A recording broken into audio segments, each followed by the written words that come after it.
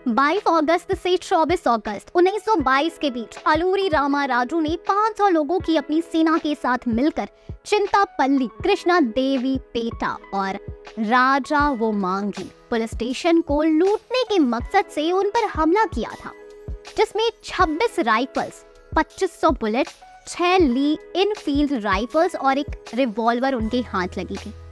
इसके बाद उन्होंने कई और जगह घूमना शुरू किया और वहां के लोगों को अपनी सेना में भर्ती करना शुरू कर दिया था। इसी बीच रामा राजू को मारने या पकड़ने की कई बार कोशिश की जा चुकी थी। रामा राजू ने एक बार उनको पकड़ने आई पुलिस फोर्स के पुलिस ऑफिसर को भी मार दिया था।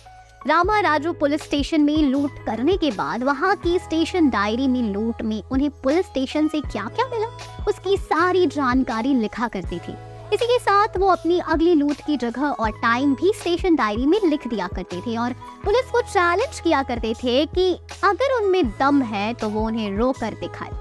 हो सकता है RRR2 में हमें ऐसा ही कोई दबंग फ्रीडम फाइटर देखने को मिले जो अंग्रेजी हुकूमत को चैलेंज करता हो। है ब्रिटिशर्स को रामा राजू की तलाश करने और उन्हें पकड़ने में काफी परेशानी हुई, क्योंकि वो जंगली और पहाड़ी इलाकों से अनजान थे और इस बात का फायदा रामा राजू अच्छे से उठाते थे। वहाँ के लोकल लोग भी ब्रिटिश पुलिस की मदद करने में से मना कर देते थे, क्योंकि वो लोग रामा राजू से काफी ज्यादा प्रभावित थे।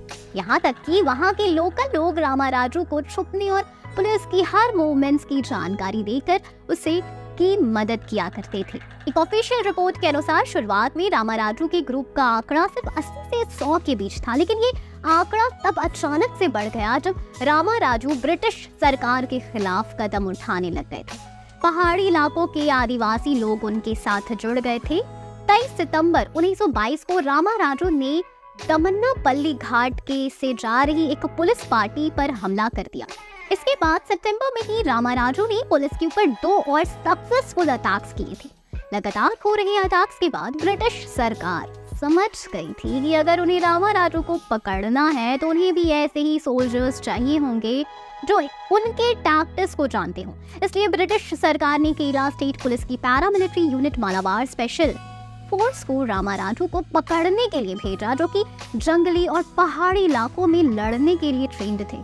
इसी के साथ ब्रिटिश सरकार ने रामा राजू के बारे में जानकारी देने वाले को इनाम देने का अनाउंस भी कर दिया था, लेकिन ब्रिटिश सरकार की ये तरकीब काम नहीं आई, क्योंकि कोई भी रामा राजू के बारे में बताने को राजी नहीं था। वैसे RRR2 में ऐसा दिखाया जा सकता है कि फ्रीडम फाइटर को पकड़ने की कोशिश करना ब्रिटिश सरकार को ही भारी पड़ गया और ऐसा इतिहास में कई बार हुआ भी है।